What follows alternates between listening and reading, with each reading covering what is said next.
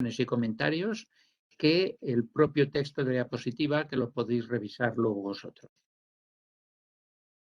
Yo estoy aquí no por nada, sino porque pertenezco a una estructura de coordinación de trasplantes que liderada por la Organización Nacional de Trasplantes y en el mismo rango de responsabilidad de todos los miembros que participamos en esta red de coordinación de trasplantes en España, hemos conseguido que desde el año 1989, mes de septiembre, en que se crea la Organización Nacional de Trasplante ya operativa, porque se había creado de facto sobre el papel en el año 1979, cuando la ley de trasplantes española, bueno, pues hemos conseguido algo que no se ha conseguido en ningún otro campo en España, y es estar líderes en el ranking mundial durante todos estos años, bueno, pues desde 1992,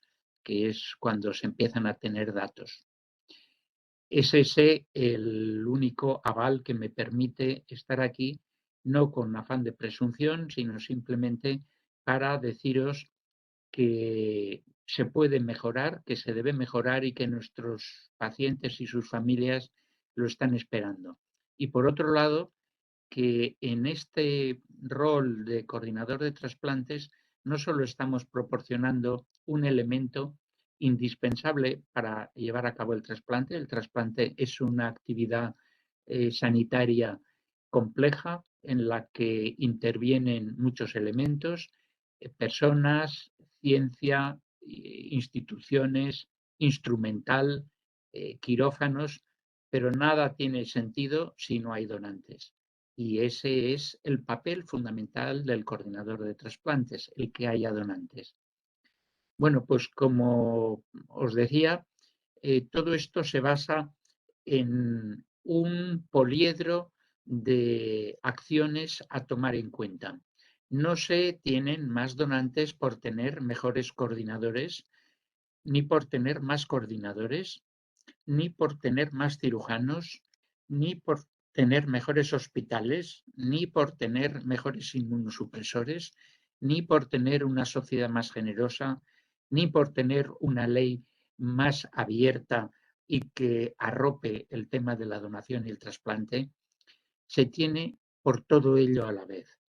Esto no es nada que yo quiera descubrir ahora, es algo que nos hemos dado cuenta hace muchísimo tiempo y que lo más importante es tener coordinación, organización, sincronía y arrimar todos el hombro.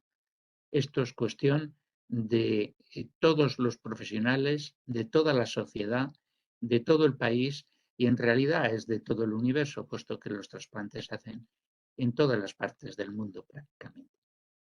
Bueno, en esta gráfica que he tomado los datos numéricos están todos tomados de la Organización Nacional de Trasplantes, de la memoria de este año pasado, 2021, en donde empezamos la recuperación de las cifras que descendieron en plena pandemia y como veis, pues en el año 2020 había caído a 37 donantes por millón de población, cifra que no está nada mal, que supera la de cualquier otro país, pero bueno, nosotros pensábamos estar ya en 2022 en los 50 donantes por millón de población y nos encontramos en 40 donantes por millón de población. Como veis, en esta otra diapositiva, Estados Unidos anda cerca, aunque, bueno, pues es una sanidad, un modelo completamente distinto. Si hay algo que avale y que dé ánimos a todos los profesionales y a la sociedad, la haga convertirse en una sociedad generosa, es ver que está abrazada por una sanidad que es universal, que es gratuita y que no distingue entre la capacidad económica del paciente que necesita el trasplante ni el nivel social ni la popularidad. Por otro lado, no quiero dejar pasar la oportunidad de decir que nosotros no solo estamos como coordinadores de trasplantes encargados de que haya más y mejores órganos y tejidos para trasplantar, sino que estamos encargados de una labor que yo creo que es anterior a esa. Y esa labor anterior es la de permitir al ciudadano y a sus familias ejercer un derecho que está recogido en nuestra legislación, en la Ley de Trasplantes, que como he dicho antes es de 1979. Y ahí dice que todos somos posibles donantes de órganos si no hemos manifestado en vida lo contrario. ¿Qué quiere decir? Que no darle la oportunidad a una persona que muere en condiciones de ser donante de que lo sea es robarle, una vez muerto, la posibilidad de ser un héroe.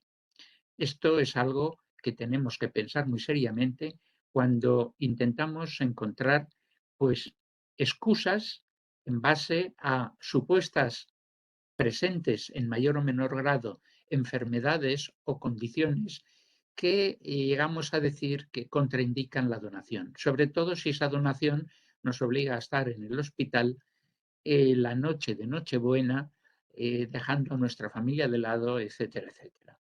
Con esto quiero decir que no podemos quedarnos tranquilos ni irnos a casa sabiendo que en el hospital puede haber alguien que sea donante de órganos y que por nuestra actitud, nuestra inoperancia o nuestra impericia no hemos sido capaces o de detectarlo o de dirigirnos a la familia o de mantener esa persona en muerte encefálica o de organizar los equipos y finalmente de llevar a cabo los trasplantes a esas personas que están esperando recibirlo y que si es un órgano vital como puede ser el corazón, el hígado o los pulmones, va a fallecer en un porcentaje no despreciable en lista de espera si no se trasplanta. Y cada donante que perdemos son 2, 3, 4, 5 o 6 pacientes que pueden morir en lista de espera por no haber llevado a cabo este proceso con éxito, además de una familia defraudada si es que quería ser donante y no se le ha permitido. Los donantes no son otra cosa que el fiel reflejo de lo que va a permitir que haya trasplantes, ¿no? Y aquí vemos que el año pasado, pues que se llevaron a cabo en nuestro país 4.781 trasplantes. Evidentemente, el mayor número son renales, 2.900 y pico, luego veremos, y que eso hace una tasa de trasplantes de 101 por millón de población. Aquí tenéis la actividad de trasplante renal, que es la más frecuente, simplemente porque cada donante nos ofrece generosamente 2 órganos renales para poder trasplantar a 2 personas. Y como decía antes, a grosso modo, ahora puedo puntualizar que son 2.950 trasplantes renales los que se llevaron a cabo el año pasado en nuestro país. El trasplante renal con donante vivo es una asignatura pendiente que tenemos en España, probablemente de la que somos responsables de esa baja tasa, de ese 11% del total de trasplantes. Hemos vivido muy cómodos teniendo una alta tasa de donación de órganos procedentes de cadáver en muerte encefálica y eso ha hecho que pensásemos que, entre comillas, no merecía la pena ofrecerle a la familia la posibilidad de ser donante para un ser querido suyo y con ello no ofrecerle el que es a día de hoy el mejor tratamiento sustitutivo de la insuficiencia renal crónica terminal, el trasplante renal con donante vivo. En ocasiones hemos puesto excusas como, por ejemplo, es que es mutilar de un riñón a una persona que está sana, o hemos dicho, es que a lo mejor tenía en alguna ocasión una pequeña cifra borderline de hipertensión, o ha tenido alguna glucosa un poco alta, o es un donante el que se nos ofrece de 73 años y la esposa para el esposo que tiene 76. Bueno, pues si sabemos que lo que va a permitir una mayor y mejor calidad de vida a una persona insuficiente renal crónica terminal no es la diálisis, por muy perfecta que sea, porque han evolucionado mucho los sistemas dialíticos, sino que es el trasplante renal con donante vivo, no tenemos ninguna razón para robarle esa posibilidad de mejor tratamiento y para hurtarle a la persona que se ofrece como donante la posibilidad de sentir que está haciendo algo grande por ese ser querido, como es donar un riñón. Estos son los datos de actividad del año pasado. Se hicieron 2.950 trasplantes renales en España, 1.078 trasplantes hepáticos, 362 trasplantes pulmonares, 303 o 302 trasplantes cardíacos, 82 pancreáticos y 7 trasplantes intestinales infantiles. En total se hicieron 4.700, perdón, hay en lista de espera 4.762 pacientes, de ellos 62 niños, pero hicimos 4.781 trasplantes. Hay un decalaje, hay una paradoja en la donación, faltan órganos. Hemos tenido 2.229 donantes, pero la lista de espera sigue invariablemente en un pequeño ascenso. En algún año pasado tuvimos más actividad de donación y trasplante, logramos invertir este signo de la balanza, pero es invariable. Las personas cada vez vivimos más tiempo, la insuficiencia renal cada vez está más presente en la sociedad desarrollada mediante pues la diabetes, la hipertensión, el estrés, el tabaco, el alcohol, una serie de factores que hacen que cada vez haya más pacientes en tratamiento sustitutivo renal y que no tengamos más allá de un 20-25% de los pacientes que tienen insuficiencia renal crónica terminal con el mejor tratamiento, que es el tratamiento del trasplante. Para trasplantar tenemos que tener órganos, hemos dicho, un dicho que se hizo popular entre los que somos profesores del TPM, es decir, que sin donante no hay trasplante, como dijo José Luis Escalante, y así es. Una de las causas de que no haya suficiente número de trasplantes es la negativa familiar. La negativa familiar puede ser reversible y desde luego es abordable a nivel de nación. Y no depende de los políticos, y no depende de las leyes, y no depende de lo bien que sepa trasplantar un cirujano o de la inmunosupresión que recibe esa persona. Depende de cómo somos vistos los profesionales sanitarios por la sociedad. Depende de la confianza que ellos tengan en nosotros. Afortunadamente yo vivo en una comunidad, Aragón, que tiene una tasa de negativas familiares siempre inferior a la media. El año pasado estuvo en 17% la negativa familiar en el país y Aragón estuvo en 13%, pero otros años se ha manejado entre 4, 5 y 6% de negativa familiar, nada más, y se debía a personas que habían dejado ya dicho en vida que no querían ser donantes. De todos modos, es una situación, la de la negativa familiar, que podemos nosotros influir en ella. Y tenemos que influir con nuestra sinceridad, con nuestra dedicación y logrando la confianza del ciudadano en el sistema sanitario. Y nosotros en ese momento, en el momento de la entrevista familiar, somos la representación viva del sistema sanitario y tendremos que asumir todo lo que esa familia entienda por sistema sanitario y cómo ha sido tratada por el sistema sanitario, para que ahora podamos ir a pedirles algo tan preciado para ellos como es una parte del cuerpo, unos órganos de su ser querido que acaban de perder. La labor fundamental del coordinador de trasplantes es la promoción de la donación y todo eso es mediante la colaboración de la sociedad. Sin la sociedad no haríamos nada. ¿Y cómo llegamos a la sociedad? Pues a la sociedad podemos llegar con nuestro ejemplo poco a poco, en petit comité, en la consulta, en el hospital, en pequeñas intervenciones, pero fundamentalmente tendremos que utilizar como altavoz que propague nuestro mensaje a los medios de comunicación. Y los medios de comunicación son unos profesionales a los que hay que cuidar, a los que hay que mimar y a los que debemos demostrarles que les necesitamos.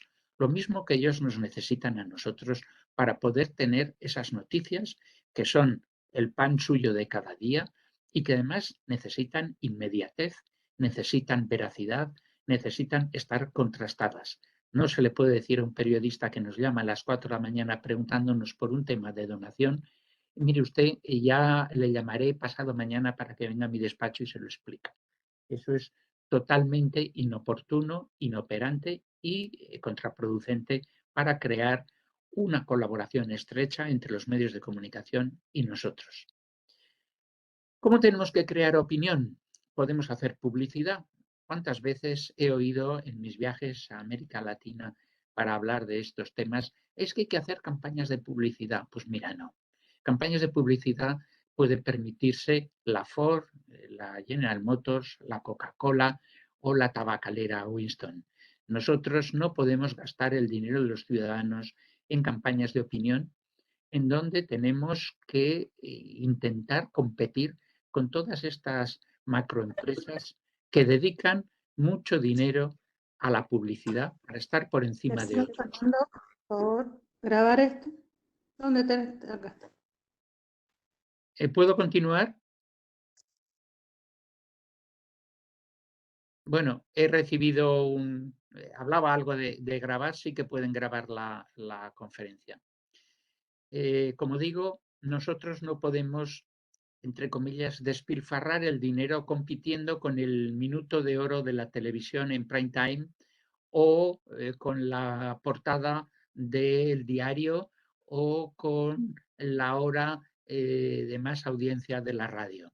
Nosotros tenemos que utilizar lo que llamamos la publicidad indirecta, es decir, facilitar a los medios de comunicación aquellas noticias que tengan interés científico, pero sobre todo que tengan interés humano y que sean unas noticias que tengan carácter favorable para que la sociedad se forme, se informe, se entere de lo que está pasando, no se le escondan las partes negativas que pueda haber. En el tema de la donación y el trasplante no puede haber nada escondido debajo de las alfombras. Tiene que salir todo a la luz con luz y taquígrafos y tenemos que explicar todo lo que se tiene que explicar, que es todo. Y lo que no sepamos explicar, porque no tengamos en ese momento la explicación, tendremos que reconocerlo y tendremos que comprometernos a poderlo explicar mediante un estudio previo, cuanto antes mejor. Los trasplantes son noticia. Si nosotros entramos en Internet y ponemos en Google trasplantes, nos van a salir cientos de miles de entradas en fracciones de segundo. Quiere decir esto que se habla, se escribe, se lee sobre trasplantes continuamente. Por lo tanto, los medios de comunicación estarán interesados. Y esto es muy importante, esta diapositiva. Y es que las noticias sobre trasplantes las percibe la sociedad según sean positivas o negativas. Si las noticias sobre trasplantes son positivas, la percepción social es buena, entonces la población incrementa la donación. Mientras que si la noticia sobre trasplantes es negativa, estamos hablando de tráficos de órganos, estamos hablando de personas que por su preponderancia en la sociedad, por su nivel económico, por lo que sea, se salta las listas de espera y se pone por delante de otras personas que estaban antes y que lo necesitan más, la percepción social no puede ser de otra manera que negativa y por lo tanto las donaciones irán a la baja. Un ejemplo de esto lo tenemos claramente hace ya 6 años en Alemania, en un centro muy prestigioso de trasplante hepático, en donde el jefe del programa de trasplante hepático priorizaba a los enfermos de su clínica privada, adjudicándoles los resultados de los enfermos más graves del hospital para que estuviesen así considerados como en una escala de mayor urgencia a la hora de recibir el trasplante hepático. Eso fue puesto a la luz gracias a la colaboración de los periodistas, y digo gracias porque pusieron luz sobre un acto que había que cortarlo de raíz. Pero tuvo una consecuencia, y esa consecuencia es que las donaciones en Alemania, que estaban por encima del 20 por millón de población, cayeron al 8 y al 10 por millón de población y todavía no se han recuperado. Ante la negativa a la donación, nosotros lo que tenemos que hacer es mejorar la calidad de la información. Tenemos que difundir los mensajes en todas las redes sanitarias. Tenemos que tener puestos de información en todos los centros y en todos los consultorios, con personas que estén realmente preparadas y motivadas. Y tenemos que conseguir lo que yo digo, el minuto de oro o los 5 minutos de oro.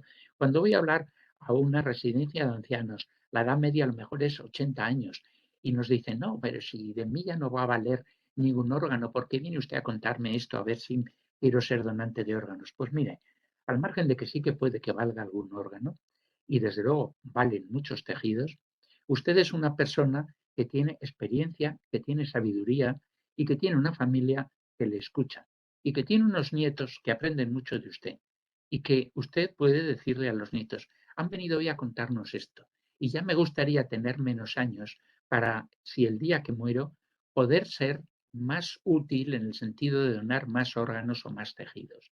Pero que sepáis que yo, con todos los años, si en algún momento os plantean la posibilidad de donar algún órgano o algún tejido, pues que sepáis que sí, que yo me quiero ir de este mundo sabiendo que voy a ayudar a alguien cuando ya esté muerto. Eso es lo que tienen que hablar las familias en un momento en el que no haya ninguna premura, en el que no haya en el horizonte nadie que esté a punto de fallecer y que se hable como un tema de conversación más en donde todo el mundo opine y en donde sepamos qué es lo que opina cada uno de los miembros de la familia, porque así la persona que queda cuando alguien fallece tiene muchísimo más fácil tomar la decisión, puesto que no tendrá otra cosa que hacer que manifestar la opinión de la persona que ya se ha ido. Hay que implicar a todos los profesionales sanitarios, no sanitarios, líderes sociales, deportistas de élite.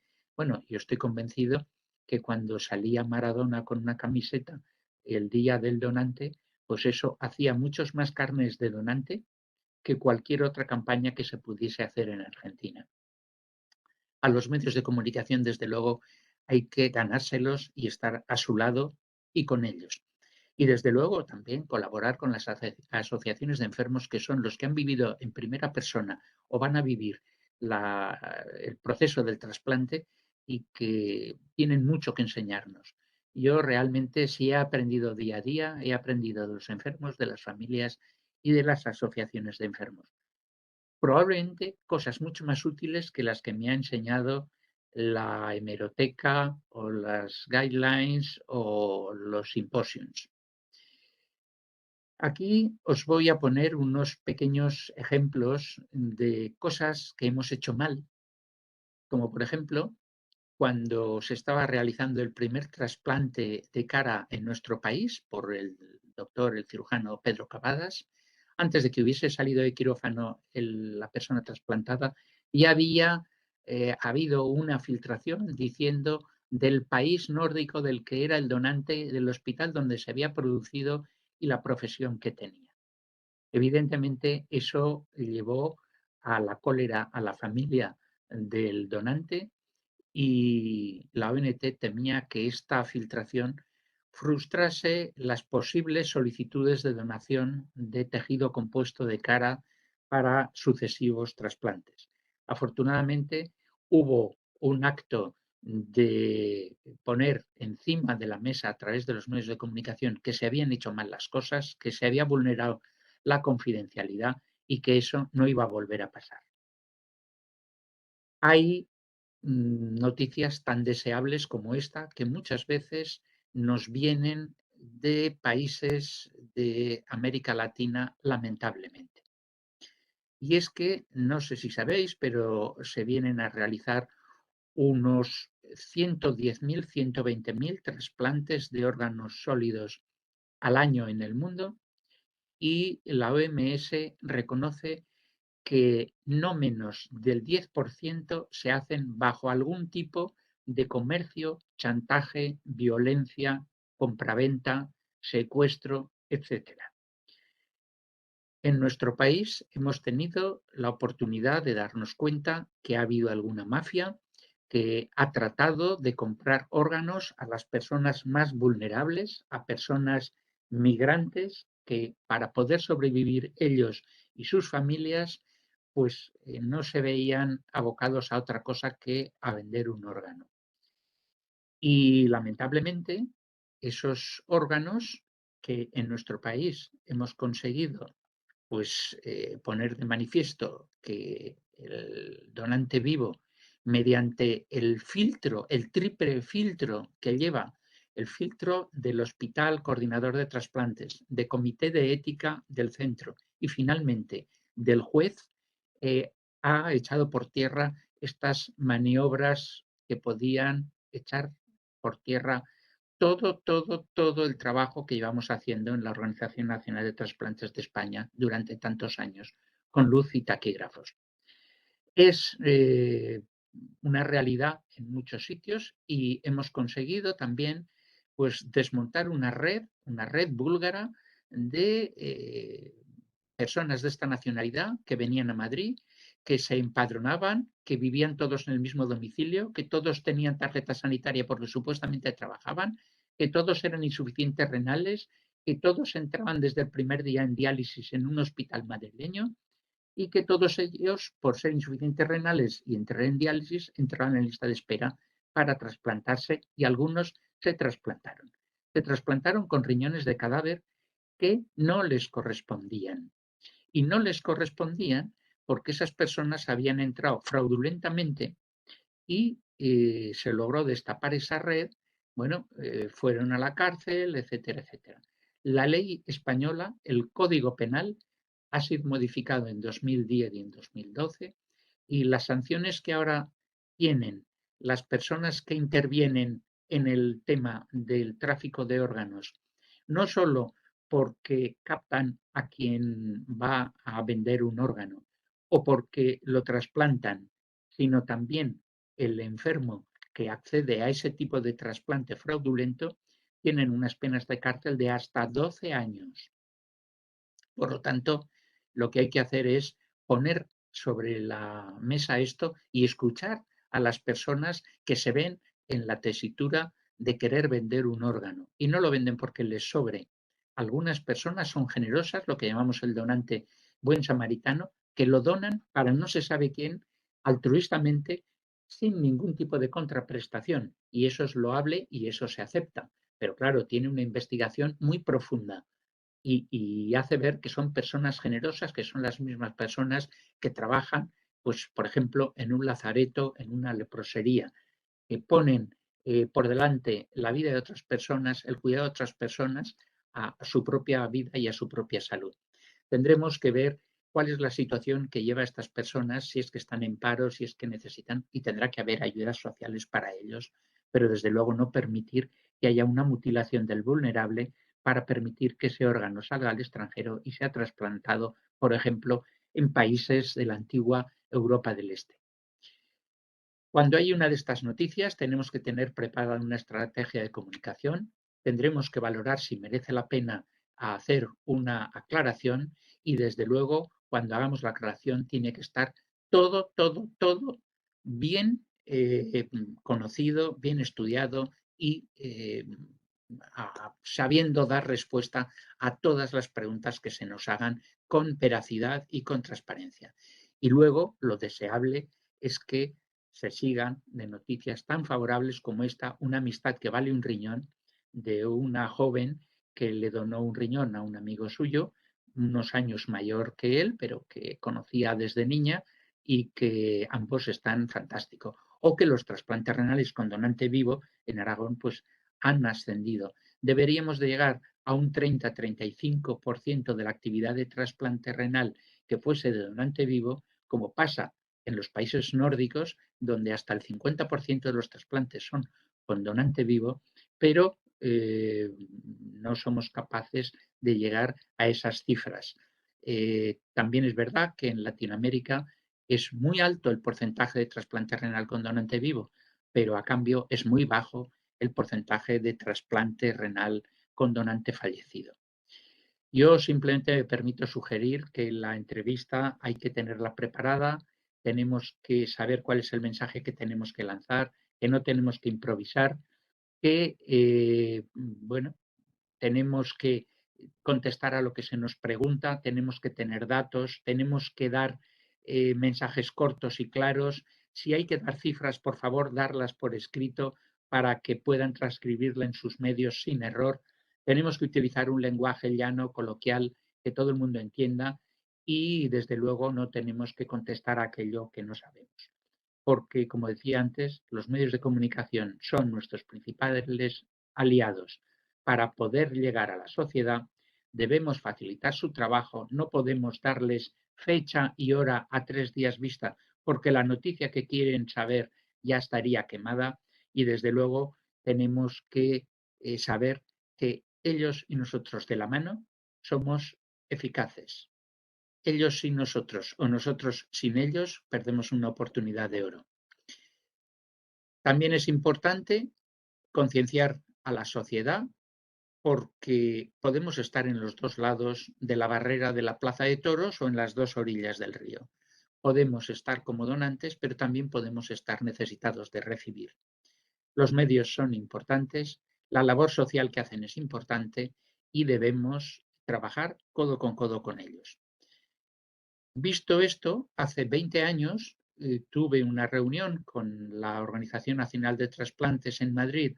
Entonces estaba Rafael Matesanz, de coordinador nacional, y con el presidente de la Asociación Nacional de Informadores Sanitarios, ANIS, y creamos un foro de unión donde nos reunimos durante 2 días aquí en Zaragoza todos los años y a calzón quitado hablamos de los temas más de vanguardia que más nos preocupan, establecemos cuáles son las líneas de información, formamos a los profesionales a la vez nos forman a nosotros diciéndonos qué es lo que necesitan para poder hacer su trabajo y de ese foro en el primer año ya salió un decálogo, 10 mandamientos que tienen que cumplir los periodistas que informan sobre trasplantes y el primero es informar sobre trasplantes, informar con veracidad, con noticias contrastadas.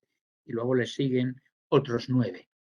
Bueno, después de todo esto de medios de comunicación, que puede ser un poco farragoso, voy a tratar de hablar de algo que es mucho más personal, que compromete realmente nuestra actitud. Yo llevo en la actualidad 3 años fuera del ámbito hospitalario, jubilado, sigo haciendo cosas de medicina, atendiendo un consultorio de transeúntes de sin techo y, y luego un call center de temas de COVID, pero de lo que probablemente yo no es que me arrepienta, pero me gustaría volver a empezar mi vida profesional es para intentar estar más cerca todavía de los enfermos y sus familias, y digo todavía no con ánimo de presunción, sino porque creo que he estado cerca siempre, pero es que es tan importante que seamos conscientes los profesionales sanitarios que no somos el señor doctor o la señora doctora al que hay que ponerle la bata y que mira desde el estrado hacia abajo al enfermo y que pues ayuda a la familia informándole y comunicándole cómo están las cosas cuando le viene bien, somos unos privilegiados porque no sé si nos damos cuenta todos los días en los actos médicos que el gran mérito lo tiene el enfermo y la familia cuando tiene la confianza suficiente como para poner su vida en nuestras manos. Es que tiene tela, ¿eh? Nosotros no nos montaríamos en un taxi si sabemos que el taxista no conduce bien, y mucho menos si entramos y habla y tiene signos de alcoholismo agudo. Bueno, pues imagínense lo que supone ponerse en manos de una persona que no conocen el nombre, que no conoce su propio nombre, que no se dirige diciendo, ¿qué tal Francisco? ¿Cómo te encuentras? ¿O es usted la esposa de Francisco? ¿Cómo se llama para poderme dirigir a usted? O acabar la reunión diciendo, no sé si me habrán entendido. quieren hacerme cualquier pregunta, saben que estoy a su disposición. Esta es mi tarjeta, me pueden encontrar en este sitio o en este otro. En fin, que si tiene mérito un profesional que hace un trasplante, eh, el mérito, y esto me lo dijo un enfermo, cuando yo le dije, bueno, va a ser usted el primer enfermo trasplantado de hígado en este hospital. Empezamos con usted el programa de trasplante hepático en Aragón. El profesional se ha preparado, yo he hecho el proceso de coordinación, de evaluación, de autorización y tal, pero ¿usted qué me dice? Porque es el principal personaje de esta obra. Y dice, pues que mire usted, que yo me fío, aunque sea el primero, y siempre seré el primero. Bueno, esa persona tenía más valor que el cirujano. El cirujano es una persona que tiene que tener el valor de fracasar y volverlo a intentar. Pero el enfermo tiene el valor de poner su vida en nuestras manos. Eso sí que tiene mérito. Y de eso no nos damos cuenta muchas veces. Hay un movimiento en muchos países, pero en España también, que es el de humanizar sobre todo la medicina intensiva. La medicina intensiva que cuando yo empecé, y soy de la primera promoción de medicina intensiva en España, pues allá por los años 70, eh, entraba el enfermo en un sitio cerrado en donde la familia quedaba aparte, en donde se desnudaba, se quedaba encima de la cama sin reloj, sin dentadura, no fuese a broncoaspirar o si teníamos que intubarlo urgentemente, lleno de tubos por todos los orificios naturales y no naturales y muchas veces incluso sin las gafas. Bueno, pues esto a mí me lo hizo ver un intelectual que además era muy buen dibujante. Y cuando acabó me dio las gracias por el trato recibido y porque se había curado de su infarto, pero me mandó unos cómics en donde se veía pues un señor que de repente se quedaba desnudito, una caricatura encima de la cama, las gafas volaban, el reloj volaba, todo el mundo volaba y había una enfermera que le decía, despierte, despierte, que son las 12 de la noche y le he de dar el somnífero, ¿verdad? Bueno, pues de todo eso tenemos que aprender. Y humanizar es hacer que la persona que está siendo objeto de nuestras habilidades y conocimientos como profesionales sanitarios se sienta que es única y que estamos por ella.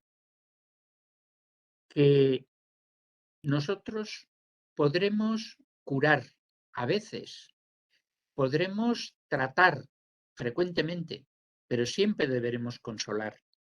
Y esto viene ya desde el juramento hipocrático.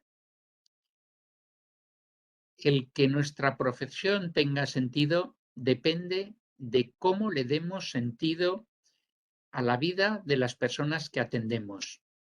Enfermos, viejos, niños, personas buenas, personas con un mal comportamiento social, sea quien sea. Y desde luego nuestra profesión nos da una oportunidad de oro para actuar así. No hay nada más bello que ser tratados tal y como somos hasta el final de nuestros días. Este es el proyecto UCI, que en este caso se le ha puesto una H, de Humanizando los Cuidados Intensivos. Lo primero que tenemos que saber es que vamos a vernos obligados a dar malas noticias y a nadie nos gusta dar malas noticias.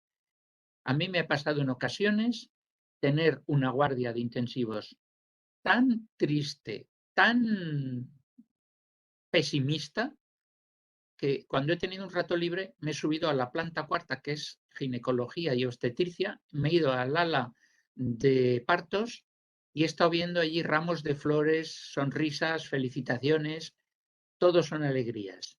Cuando se tuerce un nacimiento es un drama, pero vamos, lo normal es que todos sean alegrías. Y yo salía pues de ese pozo que son las UCIs, que tienen un cierre eléctrico a donde no entra nadie y donde todo lo triste, dramático y complicado acaba yendo allí. Y a veces tu espíritu te pide un poquito de bálsamo marchándote a ver alegrías. Bueno, pues la mala noticia es aquella que va a cambiar la vida del paciente o de la familia. Y desde luego no podemos soltarla como el que está soltando el parte meteorológico. Decía Marcos Gómez Sancho que es un acto humano, ético, médico y legal, y que un ser humano tenga que comunicar a otro su muerte o la de alguno de los suyos es un acto tremendamente humano. Es el momento de mayor grandeza del acto médico y uno de los más difíciles para el que aprovecho para unir unas palabras más, y es que no estamos preparados los profesionales sanitarios porque no se nos prepara en las facultades de medicina. Afortunadamente, en los últimos años esto está cambiando y yo tengo la oportunidad de, a través de la asignatura de la bioética, hablar de comunicación y, bueno, dar un pequeño barniz de comunicación de malas noticias. Porque los profesionales sanitarios creemos que tenemos la autoridad para informar de las malas noticias y ya está, y que la cojan como quieran, porque esto es una realidad indefectible y ya está, sin darnos cuenta del daño que estamos haciendo a la persona a la que nos dirigimos si no somos capaces de establecer una relación de apoyo. La comunicación de malas noticias no le gusta a nadie. Al profesional, como poco, le genera tensión. Hay algunos que incluso esperan al cambio de guardia para que dé la mala noticia otro compañero que entra después. Esto no sé si os suena, pero suele ser, en algunas personas, conducta común. Pero lo que es seguro es que al paciente o a la familia le genera una reacción de difícil control, que además es su reacción y que tenemos que respetarla, que puede ser airada, que puede ser de introversión, que puede ser explosiva, que puede ser incluso violenta, pero que tendremos que respetarla porque es su reacción. Para comunicar una mala noticia, evidentemente, lo que tenemos que hacer es crear un entorno adecuado y establecer una comunicación eficaz. Es importante saber que nosotros no podemos decir pase de mí este cáliz y que la noticia la dé otro. Y que si estamos formados y sabemos comunicarla, seremos la mayor ayuda que en ese momento puede tener el paciente y la familia. Porque la enfermedad está allí, el tratamiento se va a recibir, sea un tratamiento que presumamos que va a ser exitoso o no. Desde luego, lo que sí tienen es el derecho a recibir una información y a que esta información sea apoyada por nuestra experiencia para que puedan establecer esa relación de duelo por la pérdida de la salud que les estamos comunicando.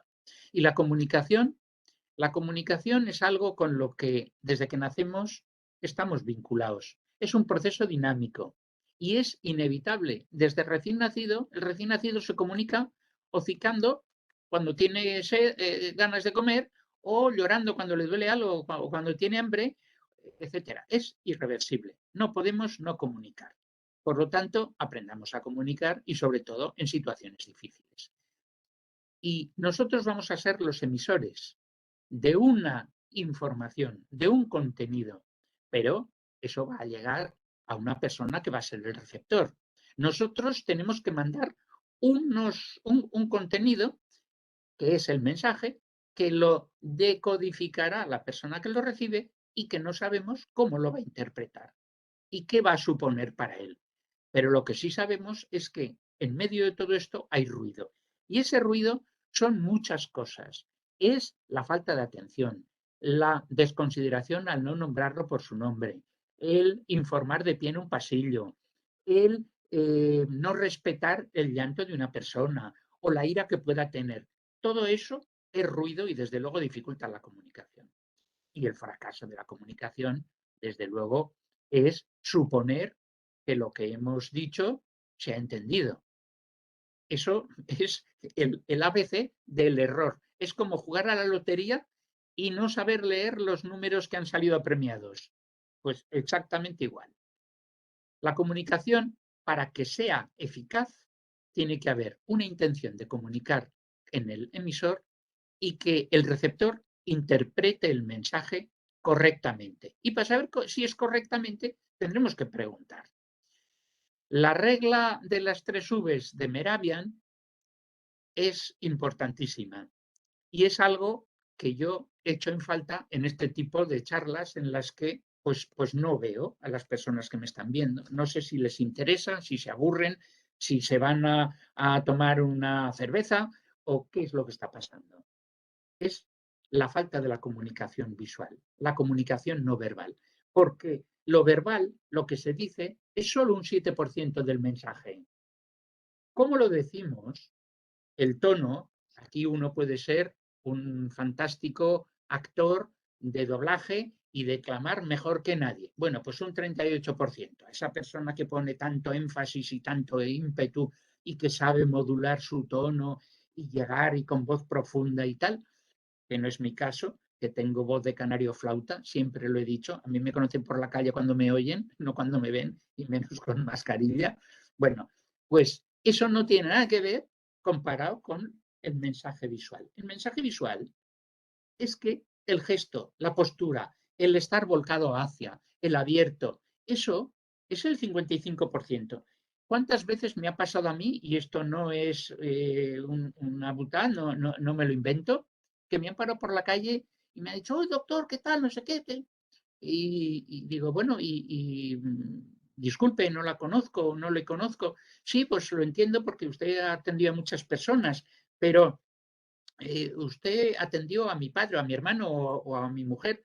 Y siempre tienes que preguntar, bueno, ¿cómo se encuentra? ¿Qué pasó? Y dice, no, pues lamentablemente falleció. Entonces, hay veces que dirías, tierra, trágame. Preferiría que dijese, no, estupendo, usted dio en el clavo con el diagnóstico, el tratamiento y está como una rosa. Ganó 20 años después de que usted lo tratase. Bueno, pues no. Pero me dicen algo que me hace pensar y que me hace mucho bien. Y es, mire usted, no me acuerdo de lo que me dijo, pero me acuerdo cómo lo dijo. Y eso me acompaña desde entonces y me ayuda. Eso es lo que tenemos que lograr que suceda en todos nuestros actos y en todas nuestras comunicaciones. Y eso es lo que yo querría, si tuviese oportunidad, formarme más, prepararme más, dedicarle más tiempo a la comunicación, porque la dopamina se dosifica en gamas y eso lo hace una bomba. Eso lo tiene resuelto la Brown o la Palex. Eh, y los protocolos por kilo, pues están escritos, pero esto otro no. Y esto otro es importantísimo. La palabra más dulce que podemos escuchar es nuestro nombre. De ahí que no hay que salir jamás, ni aun estando en urgencias, sin saber a quién vas a dirigirte. Y eso se sabe preguntando al celador que ha entrado al paciente, a la administración que le ha tomado los datos a la familia. Desde luego el nombre del paciente hay que saberlo, no vale decir el de la cama 3 o el del accidente de coche que acaba de venir. Desde luego, eso es estropear la comunicación ya de entrada. Escucharlo significa que tú estás presente en la vida de los demás, que te tienen en cuenta y quieren tu participación. Decir el nombre de otra persona es una llave que nos permite entrar en su universo. Todas estas diapositivas os las podéis imprimir y ver cuando digáis tengo prisa y no puedo dedicarle 5 minutos a hablar con esta familia. La comunicación no verbal. La comunicación no verbal es lo más importante. El 55% del mensaje llega por ese canal. La expresión facial, la mirada, la sonrisa, el contacto físico, la postura, una postura abierta, no de brazos cruzados, la orientación hacia ellos, el asentir con la cabeza, el guardar silencio, lo más difícil para mí, entre otras cosas porque soy muy hablador, el tono de voz, el ritmo del lenguaje, la melodía, las pausas, pero sobre todo el silencio. Eso hace una comunicación eficaz. La comunicación verbal, lo que decimos y cómo lo decimos. Con la comunicación no verbal, cómo estamos, quiénes somos, es lo que genera la fiabilidad, el respeto y la confianza. Y eso no está negado con la educación, con la autoridad, con el convencimiento de que nosotros estamos diciendo y haciendo lo que debemos, etcétera, etcétera. Pero la otra persona lo tiene que entender y lo tiene que percibir. Porque nosotros, hablando, lo que queremos es establecer una relación de ayuda. Esto no es solo para que te den órganos, ni muchísimo menos. Esto es para la información de los pacientes de la UCI, para la información de los padres que tienen el niño con sarampión o para cuando te quita la plaza de aparcamiento uno que se te adelanta y vas tú con el coche y te ha quitado el sitio. O para cuando tu hijo te dice, hoy quiero venir a las 4 de la mañana y tú le tienes que decir que mira, que no es las 4 de la mañana la hora a la que tienes que venir. Hay que establecer una relación de ayuda. Sirve para todo. Y cuanto más enfadado está la persona con la que tienes que hablar, pues tienes que establecer un reflejo de emociones y tienes que decirle, pues entiendo que usted esté enfadado o que usted esté triste o que usted esté disgustado. Yo no puedo ponerme en su lugar porque a mí no se me está muriendo el padre o el hijo o yo no he tenido ahora este problema, pero entiendo perfectamente cómo se siente usted y quiero entenderle mejor. Ayúdeme usted a entenderlo. Yo le voy a decir lo que sé de lo que acabo de hacer en mi trabajo, pero ayúdeme usted a que se lo pueda explicar y a que usted lo vea como yo creo que tiene que verlo. Y cualquier duda que tenga, pregúntemela. Tenemos que ofrecer recursos materiales. A veces es un pañuelo para secarse las lágrimas o la nariz cuando te gotea. A veces es un teléfono para que llamen a un familiar que le acompañe, pero desde luego siempre hay que estar a su lado. La relación de ayuda tiene una regla, que lo mismo que los enfermos cuando salen de quirófano van a la REA para que los cuiden, pues la relación de ayuda tiene una REA, una reanimación, que se basa en el respeto, en la empatía y en la autenticidad. Y supone que tenemos que estar al lado de la persona, que tenemos que darle apoyo, que tenemos que comprenderle y que tenemos que aceptar cómo se siente, porque son sus sentimientos. Y yo os puedo decir que hay situaciones fáciles y situaciones mucho menos fáciles. Cuando nos dirigimos aquí en España a unas personas de la etnia gitana, lo primero es que llenan la sala de información 20 personas. Lo segundo es que de las 20, 15 chillan, 4 lloran y una es la que es capaz de entender lo que tú le puedes decir. Tú tienes también que identificar quién es esa persona. Tienes que respetar a los que chillan, tienes que consolar a los que lloran, pero tienes que dirigirte a esa persona que has detectado, que es la persona que va a liderar la comprensión y el manejo de la noticia entre el colectivo. Bueno, la relación de ayuda es como una penicilina para un estreptococo.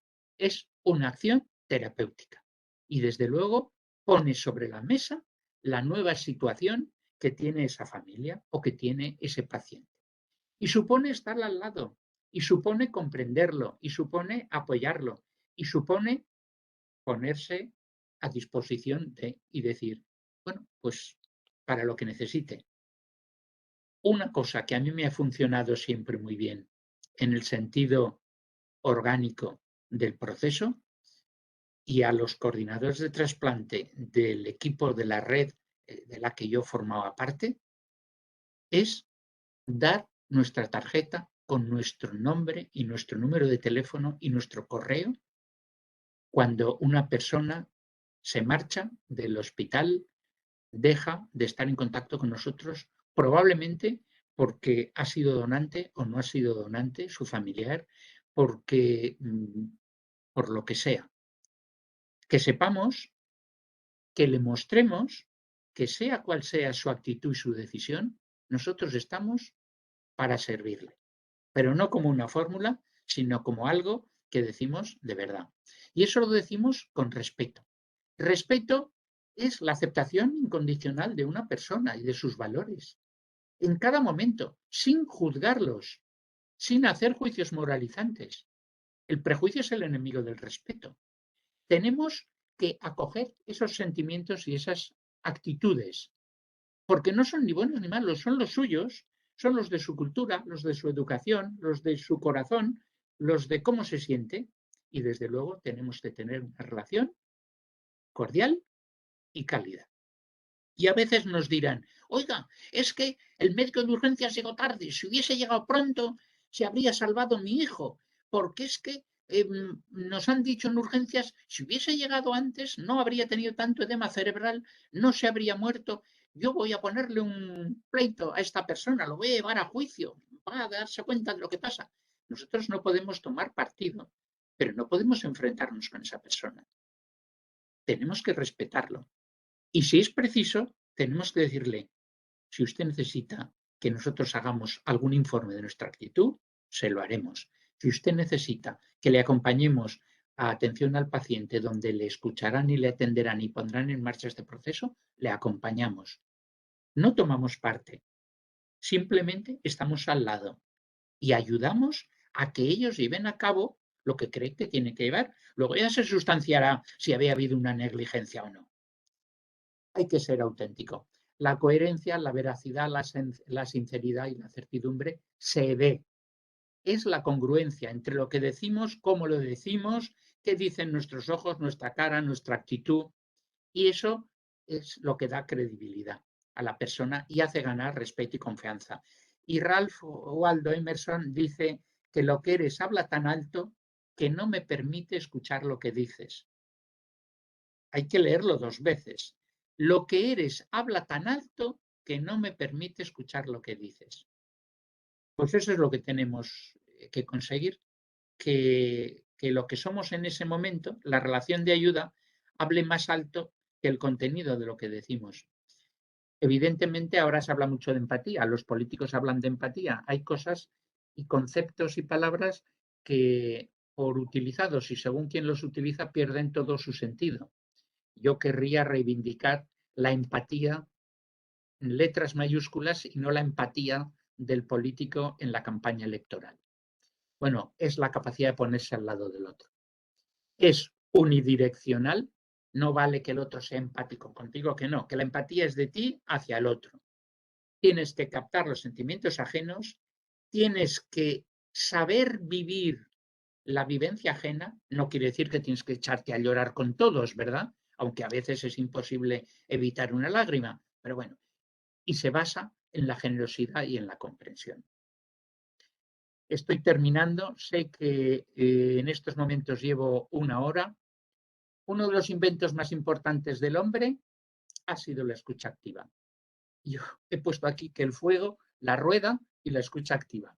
A lo mejor no es tanto, pero desde luego tiene un poder que solo se descubre cuando lo experimentas y cuando te das cuenta que da igual que sea escuchando que sintiéndose escuchado. Y funciona incluso para decirle a un hijo que no vuelva a casa a las 4 de la mañana. Entiendo que tú quieras volver a las 4 de la mañana porque tus amigos se van y tal y cual. Ahora tienes tú que analizar conmigo el que mañana tienes que madrugar, porque esto, lo otro, patatín, patatín. Quiere decir, la escucha activa no es decirle, sí, venga, no, a las 4 de la mañana no, a las 5. No, no es eso.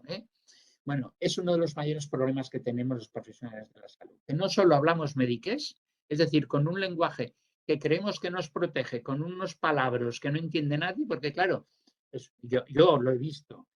Mire, señora, su hijo ha tenido un traumatismo craneoencefálico cerrado. Claro, el cerebro, que es como una esponja, no ha podido expandirse, ha creado un aumento de la presión intracraneal y entonces la reabsorción del líquido de los plexos coroideos, que por un lado se producen y por el otro se reabsorben, pero claro, hay el fenómeno inflamatorio con toda la llegada de linfocitos, que es imposible. Mire, la transudación, porque la membrana Donan de los capilares hace que se salga el líquido, entonces, claro, pues se produce ya la rematadera. La puntilla, como en la columna vertebral del toro cuando el torero no lo mata con la estoca y le da con la puntilla. Bueno, pues claro, si actuamos así, ni donantes de órganos, ni nos quedará la cara entera muchas veces, porque hoy en día pues hay muchas cositas que se están ya poniendo en tela de juicio. Estoy acabando, como digo, y el ruido ese que ponía yo antes entre cada una de las fases del mensaje y la decodificación es el prejuicio, la ansiedad, la prisa, el dar consejos que no se han pedido. Y ya, bueno, digo que es importantísimo. Tenemos estos 5 pilares: paciencia, respeto, actitud tranquila, postura adecuada y mostrar interés. No puedes estar dando una mala noticia, mirando el teléfono, mirando el móvil de reojo, viendo a ver si viene alguien por el pasillo. Imposible. ¿Cómo sabremos si hemos sido eficaces? Mediante clarificación. Tendremos que preguntar. Es un mensaje que nos está transmitiendo, porque nosotros estamos viendo también la cara de la persona a la que le estamos comunicando algo. Y tenemos que darnos cuenta de cómo acepta esa noticia, esa información, y animarles a que nos pregunten: ¿y cómo, qué ha entendido usted de lo que le he dicho? ¿O cómo ve usted? ¿O qué piensa de lo que le he dicho? ¿O qué cree que puedo hacer más para que entienda mejor esto?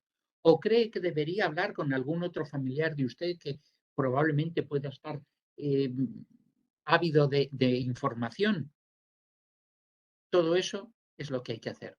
Y desde luego respetar los silencios. Si hay algo difícil, hacer la prueba es 10 segundos, contar hasta 10 cuando una familia se calla, llorando o sin llorar, y nosotros tenemos que callarnos y enseguida salimos con otra cosa, le contamos otra historia, le damos otra, lo que sea, otra información que nos faltaba o que creemos que puede ayudar, que no, que el silencio dice: estoy contigo, eres muy importante para mí, no sé qué decirte, pero estoy ahí, para lo que tú quieras. Se convierte en una palabra penetrante con poder de confortar y de aliviar a quien se encuentra en medio del sufrimiento.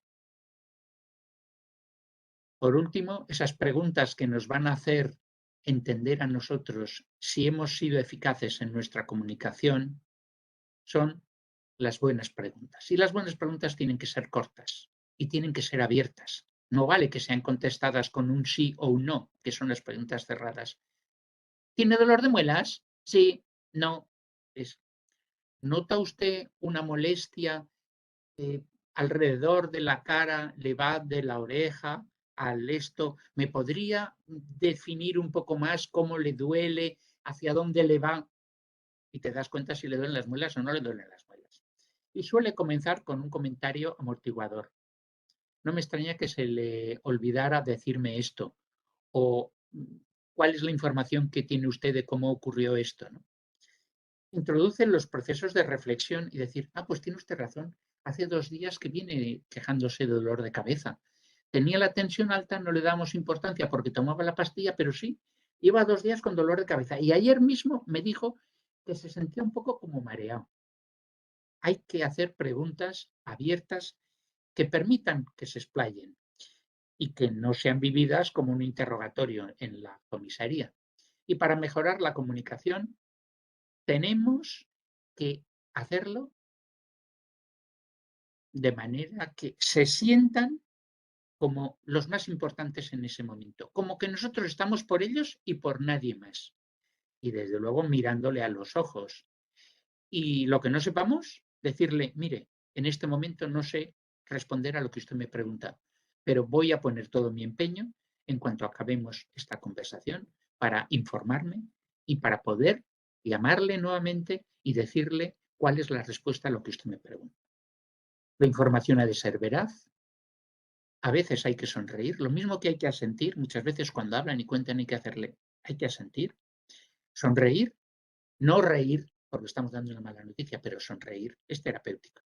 Dar opción a que nos pregunten, no dar explicaciones no pedidas, porque muchas veces el exceso de información es malo, y ejercitar la escucha activa y el reflejo de emociones. No juzgar, aunque no tengamos tiempo, porque en la coordinación no tenemos nunca tiempo, actuar como si tuviésemos todo el tiempo del mundo, desconectar el sonido de nuestro móvil y la vibración, evitar el no llore, no se ponga así, hombre, tranquilo. No, ¿cómo va a estar tranquilo si se le está muriendo el marido? Y desde luego no dar consejos que no nos pidan. Bueno, ¿qué es lo que no hay que hacer? Formular varias preguntas seguidas sin dar tiempo a que te respondan, hacer preguntas que condicionan la respuesta, buscando que digan que sí a lo que nosotros hemos planteado, incluir la respuesta en nuestra pregunta o hacer preguntas cerradas para que nos digan sí o no y ahí se acabó toda la comunicación. Después de todo esto y habiéndome pasado en estos momentos casi 10 minutos, quiero agradecer el que me hayáis invitado a estar con vosotros. Quiero felicitarte, Jorge, porque no sé si te llamarán Clemente o Jorge, pero mañana es San Jorge, patrón de Aragón, fiesta mayor en nuestra tierra, y en Cataluña, fiesta del libro y de la rosa. Quiero agradecer a Foodit y a DTI la oportunidad de estar aquí. Quiero pedir que por favor se acabe el genocidio, que ya adelanto, y los crímenes en la injustificada guerra de Ucrania.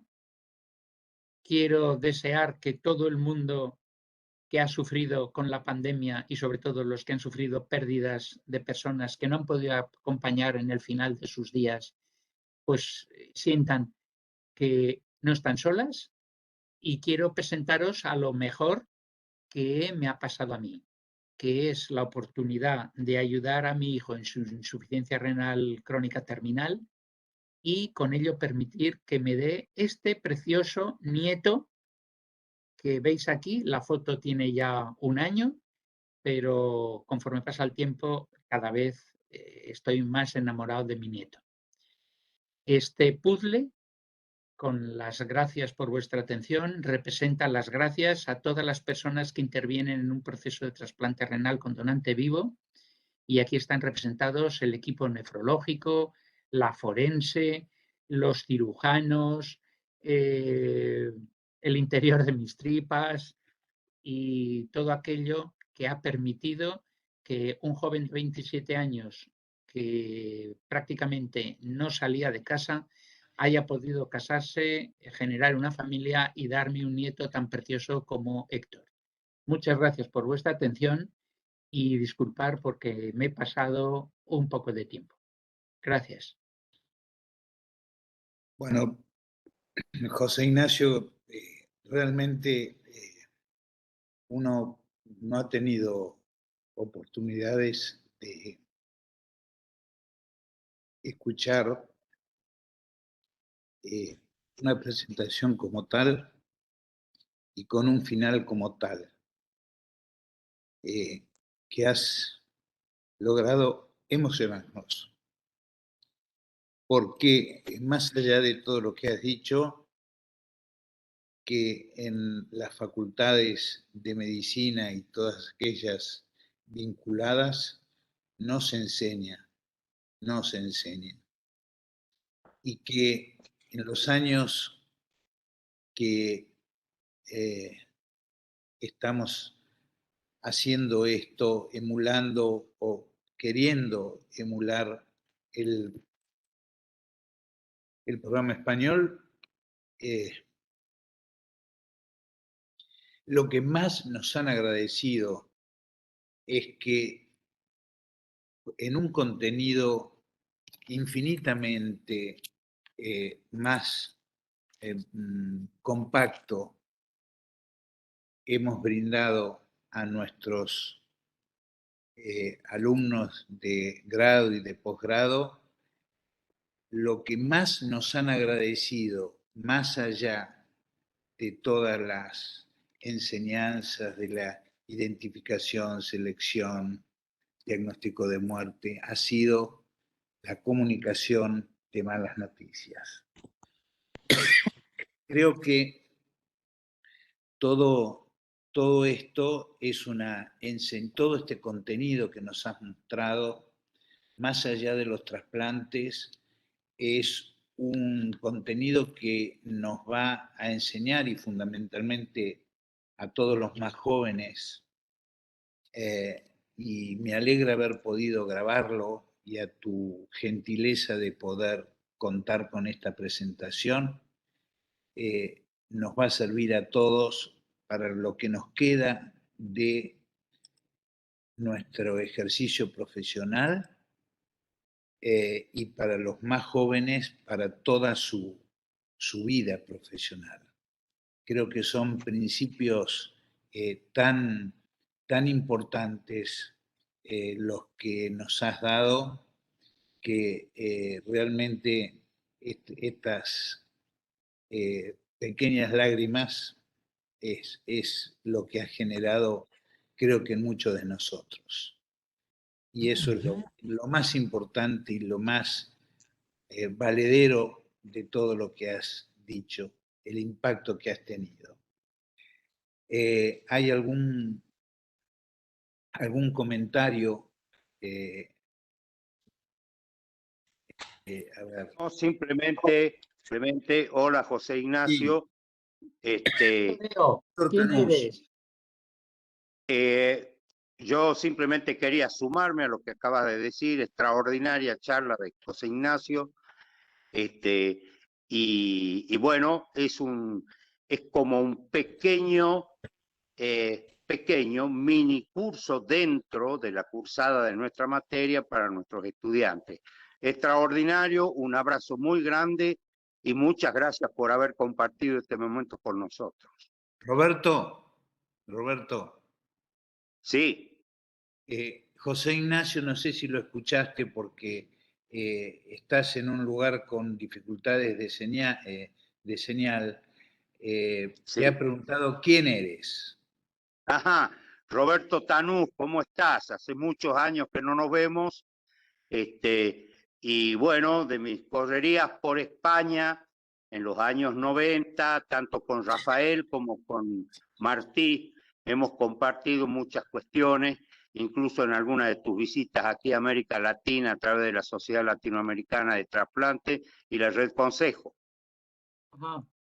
Oye, pues nada, solo me queda desearte que salud y felicidad. Tenemos que buscar ser felices haciendo felices a los demás. Bueno, acá pongo la cara porque nosotros ya somos pronto vamos a ser del pasado, un poco para que nos recordemos. Te mando un abrazo muy grande, José. Gracias, igualmente. ¿Algún comentario de Erika Tejeda Ruiz? Dice, buenas tardes, gracias por la posibilidad de acceder a esta maravillosa charla. Gracias, doctor, por compartir su sabiduría, experiencia y detenernos a reflexionar sobre nuestra propia comunicación. Es lo primero para poder comunicarnos. Saludos y muchas gracias. Bueno, tengo...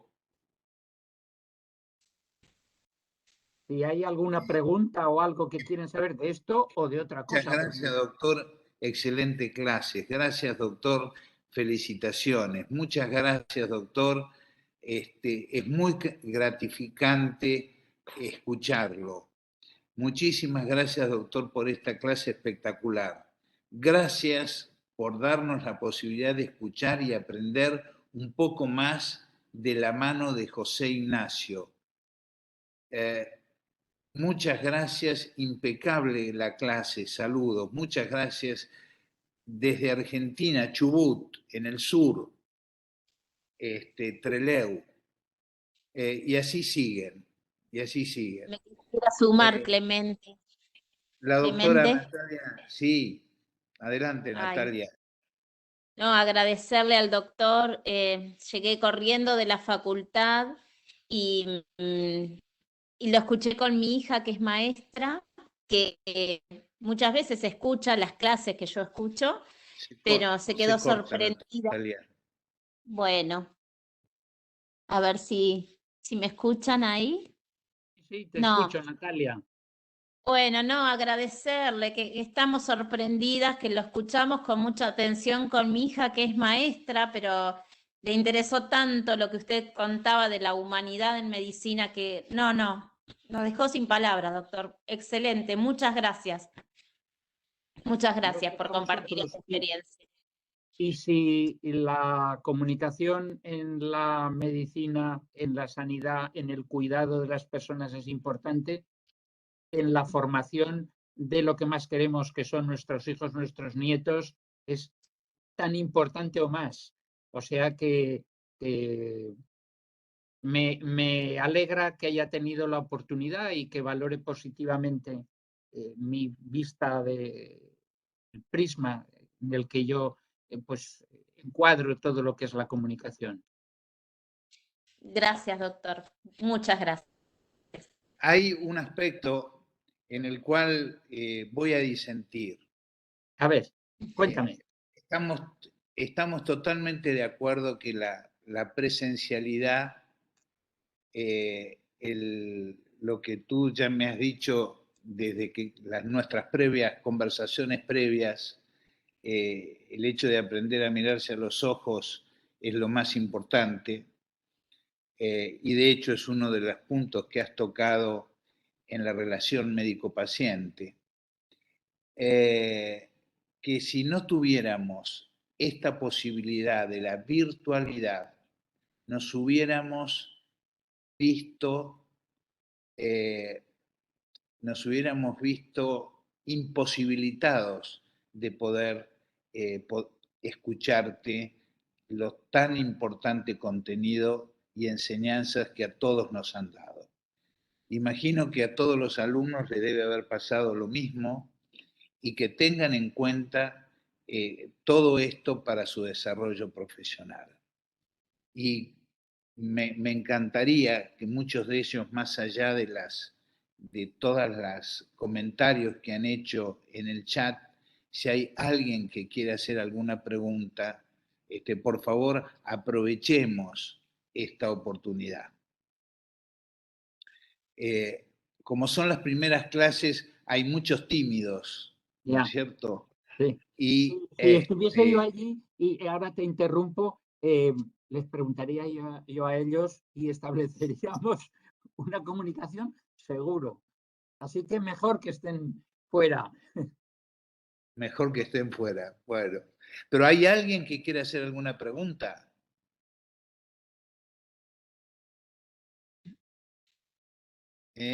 Están tímidos. Y es que Están tímidos. Yo, es buenas viernes. tardes. Buenas tardes. Sí, mi nombre es Erika. Soy licenciada en enfermería, soy de la provincia de San Juan. Para el lado de la cordillera de los Andes, cerca del país chileno, como para que se ubiquen en el mapa, en el centro de la Argentina. Quería comentarle porque siempre hay un término que a mí me suena y tal vez usted me dé alguna orientación.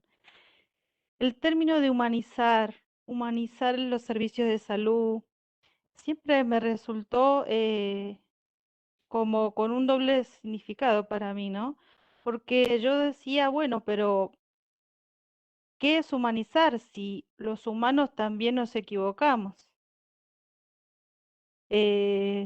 Humanizar, o sea, significa también equivocarnos. Entonces, siempre estuve buscando qué término le quedaría mejor, ¿no? A humanizar, a humanización. Digo, pero si no somos humanos, ¿acaso?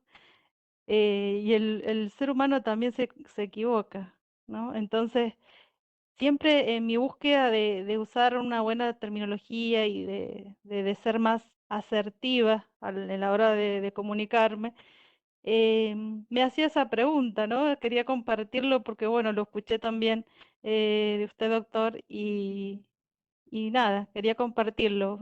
¿Qué reflexión, si merece una reflexión a lo que digo, usted tendría, ¿no? Pues sí que merece una reflexión. Mira, una cosa es el diccionario de la Real Academia de la Lengua, otra cosa son los sentimientos y otra cosa es el humanismo.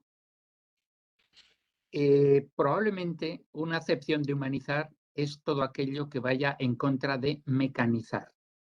En este momento, lamentablemente, la medicina está mecanizada, está muy vinculada a los procesos automáticos de análisis, de registro de la información, de pruebas complementarias, y me gusta que esta consideración la haga una enfermera, porque enfermería tiene mucho terreno adelantado a medicina en la comunicación.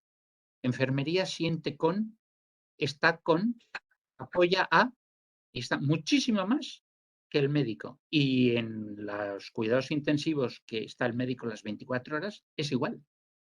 Quien está al lado del enfermo, quien sabe lo que le pasa, quien conoce a la familia que entra, quien sabe si a ese enfermo no le viene nadie a ver, quien sabe si cuando se va la familia el enfermo está desasosegado, quien sabe si... Eso es la enfermera. La enfermera cuida, fundamentalmente. Cura, pero cuida. No está tanto en el diagnóstico, no está tanto muchas veces en el tratamiento quirúrgico o el que sea. Pero el sentimiento de enfermería, para ser enfermera hay que tener una pasta especial. Lamentablemente, y esto, perdonármelo, jóvenes, en mi país, en España, ahora estudian medicina no las personas que están convencidas de que quieren servir, sino las personas que tienen la máxima calificación en la prueba de selectividad antes de entrar a la universidad. Es que con 14 puntos que tengo sobre 10, porque hacen una ampliación de examen para demostrar que son los mejores, los que saben más matemáticas, física, química, biología, lo que sea, ¿cómo no voy a dedicarme a hacer medicina, que es la que exige más puntuación, porque hay numerus clausus, porque no cabe todo el mundo que quiere? Y ahí ese corte en 14 puntos de entrada. Oiga, que es que yo no quiero aquí un cerebrín ni un erudito, quiero a alguien que sea inteligente, que sea trabajador, pero sobre todo que sea buena persona. Es que para ser médico, para ser enfermera, para ser celador, para ser auxiliar, es que hay que ser buena persona. Es que tienes que estar dándote a los demás todos los días, un poco. Es que aunque no sea muy profesional, según dicen, te tienes que llevar a casa muchas veces el llanto mojándote la bata. Es que hay cosas, antes le llamaban vocación. Bueno, eso queda muy eclesiástico, tal vez, ¿no? Pero es compromiso. A mí cuando me dicen, ¿tú cuál es tu cargo? Digo, mi cargo ninguno. Yo soy responsable de los trasplantes en Aragón. No soy el coordinador tal cual, ¿no? Yo soy el responsable de. Y el responsable de es aquella persona que coordina, abraza, intenta ayudar, se confunde. Evidentemente que nos confundimos. Humanizar es un eslogan que, aprovechando la U y las letras de UCI, se ha puesto para un movimiento que trata de poner los sentimientos en el mismo peso que la noradrenalina. Porque muchas veces, cuando hablamos con una familia, la familia no sabe si vamos a utilizar una droga tal o cual, o si la cefalosporina es de primera o de tercera generación, o si vamos a usar un balón de contrapulsación. La familia sabe qué le estamos diciendo, cómo les hacemos sentir, cómo nos ven a nosotros de implicados. Eso es lo que sabe. O sea, todo lo demás es parafernalia necesaria, porque son avances que salvan vidas, ¿de acuerdo? Pero nuestro papel no es sustituir a la dopamina. Nuestro papel es complementar a la dopamina en la situación de la hipotensión. ¿Y cómo podemos complementar a la dopamina? Pues dando ánimos. Cuando se cae la persona, cogiéndole del brazo, poniéndole una silla, estando a su lado, dándole un vaso de agua, y no es porque esté hipovolémica. ¿Qué quiero decir? Pero esto es como todo. Cuando uno va a un bar y pide una cerveza y lo pide con una sonrisa, seguro que el camarero te pone la cerveza en copa fría y no te la pone en el vaso que acaba de salir de lavavajillas caliente. Tienes razón, enfermera. No me queda, Erika, perdón. Sí, sí, gracias doctor por el reconocimiento a mi profesión y sí, Es que mi mujer es comparto. enfermera. Ah, bien, qué buena Eh, lección, doctor. hombre, quiero decir que sois de otra pasta, que decimos aquí, afortunadamente. Muchas gracias, doctor. De Muy nada. agradecida por esta posibilidad y bueno, y por poder comunicarme con usted y poder intercambiar estas ideas. Así que agradecida. Saludos. A ti por estar ahí. Gracias. Siguen llegando agradecimientos desde el interior del país, en este caso de Corrientes, el que estoy viendo de Alejandra, desde Corrientes. Así que has abarcado gran parte de este extenso país. Lo que te iba a ¿Hay decir, digo, alguna pues otra? mira que es grande Argentina y bonito. Y bonito. Es un país que yo adoro. Lo único que no adoro es los responsables que hacen que cuando pides un filete no sepas qué precio va a tener al final de comértelo. Exactamente. Y más en este momento, en nuestro país. Ya os he conocido yo momentos de corralito ya. Exactamente, exactamente. Pude comprar un reloj Omega de plata antiguo, precioso, de 1900, en el mercado de... El rastro ese En grande San que tenéis Telmo. en San de San- Telmo. en San Yo Telmo. quedé enamorado de aquel sitio y desde luego Y lo la que pasa posibilidad de es ese que reloj, estuvimos en el curso, se dictó en Cristóforo Colombo, que queda sí, allí muy, muy cerca, en Recoleta. ¿Sí? Inolvidable, sí, inolvidable. sí. ¿Hay alguna otra pregunta o comentario? Bueno, yo los invito a dejar la reacción que ha producido el doctor en cada uno de nosotros. Y voy a empezar yo, pero no puedo. A estas alturas llámame José Ignacio, por favor. José Y eso que Ignacio. me he puesto corbata, que luego me he quedado, digo, no sé si debería Bueno, haberme puesto, he porque yo ahora estado ya no llevo corbata. tan He jubilado las nervioso, corbatas. he estado tan nervioso estas 2 horas, José Ignacio, con los problemas de conexión, que como estuve, Pues, no tuve oportunidad de estar en tu misma situación. Bueno, ahí me estamos siento más iguales. cerca. Ya estamos iguales. Estamos iguales. Yo también estaba nervioso, y que esa es otra. Primero, no te puedes comunicar y ver la cara y interactuar con las personas que están escuchando. Y segundo, pues es que, de verdad, a mí los secretos de la informática me ponen un poco nervioso a veces, pero vamos, Sí, bien, no pasa exactamente. nada. Yo creo que ha servido de algo.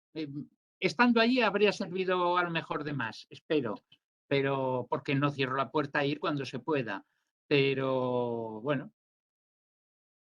se Seguramente. puede, se hace lo que se puede. Fue realmente espectacular. Y esperamos poder contarte entre nosotros en alguna otra oportunidad que con lo que estamos haciendo con DTI, con Mañalich, realmente la recomendación hacia tu persona fue algo espectacular. Ahora Bueno, lo entiendo. que sepas que conmigo se puede contar siempre que se quiera, con DTI, sin DTI, etcétera, etcétera. A mí no tenéis nada más que, si me lleváis allí, a donde sea, pues ya está. Bueno, muchísimas gracias. Muchísimas gracias. De nada, Y gracias a vosotros. Y me he comido más rato del que me correspondía. Espero que no no me importa, no pegue importa. nadie. Hoy es viernes a la tarde, no Sí. importa. Para ustedes es la noche. Bueno, las 9 menos 10. 9 menos 10. Bueno, muchísimas gracias, José Ignacio, y esperamos poder verte lo antes posible y ojalá presencialmente. Así sea.